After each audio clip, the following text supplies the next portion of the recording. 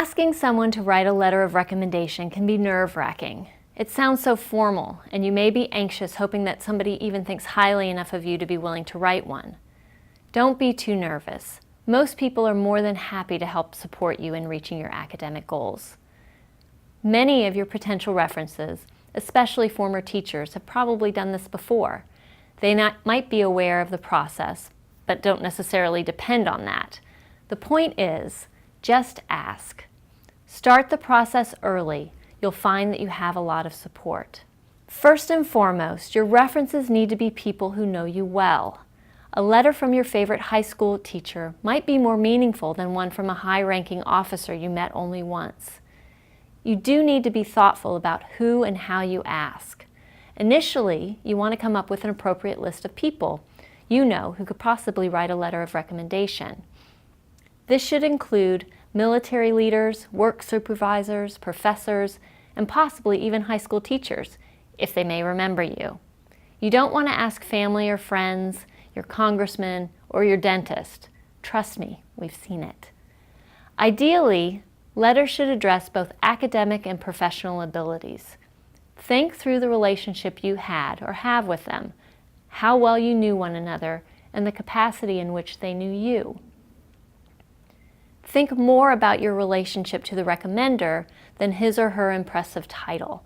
If you decide to pursue a professional letter of recommendation, then it should be from someone in your chain of command who can speak substantially about your work. Letters from base commanders, while perhaps easily attained if you submit your performance reports and send a nice email, will be kind, but vague, and leave the admission team wondering why you couldn't ask your supervisor or first sergeant with whom you worked more closely day to day. If you're currently a student and choose to ask several faculty members, consider asking faculties from different departments to write a recommendation letter. For example, recommendations from an English professor and a math professor would highlight your academic strengths in vastly different subjects and would be especially helpful in applying to institutions that highlight a liberal arts education. Just to reiterate, letters of recommendation should add information that isn't already in your application. You don't necessarily want to go for the most prestigious recommenders like generals, college presidents, political figures, or ambassadors, unless they know you well and can speak about your work with them. In terms of procedure, you should approach your potential recommender in person. If your current circumstances prevent you from meeting face-to-face, you should try by video conference, using phone or email as the last resort.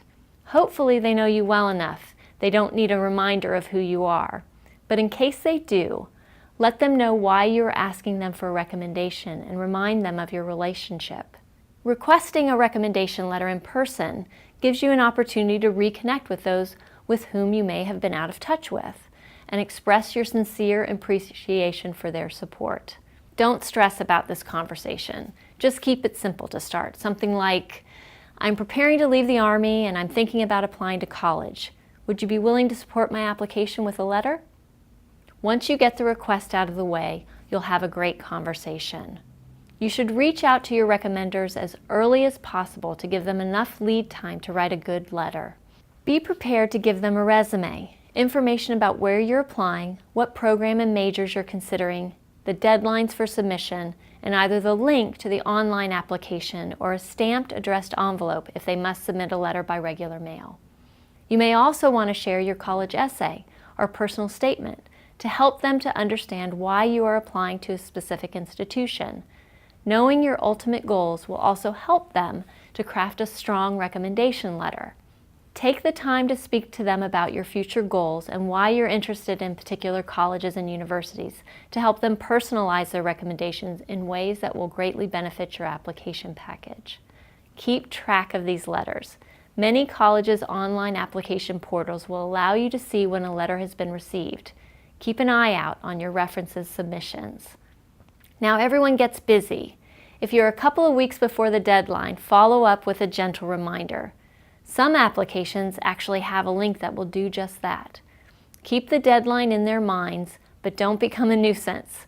Balance is key. Technically, you have the right to read everything in your college application, including your letters of reference. When you upload your reference's contact information into your application, you'll be asked to waive your right to view the letter. That is, you'll volunteer to have the contents of your letters of reference kept hidden from your view. Once you make this choice, you can't change your mind. It's customary for applicants to waive their right to view their letters of reference. Think of it as a confident display of support for your letter writers. Whatever you choose, let your reference know in advance. You can include a short statement in an email to them such as, "Thank you for agreeing to support my college application. You'll receive an email from the college with instructions about how to submit your letter. I've also waived my right to view any material you should submit on my behalf."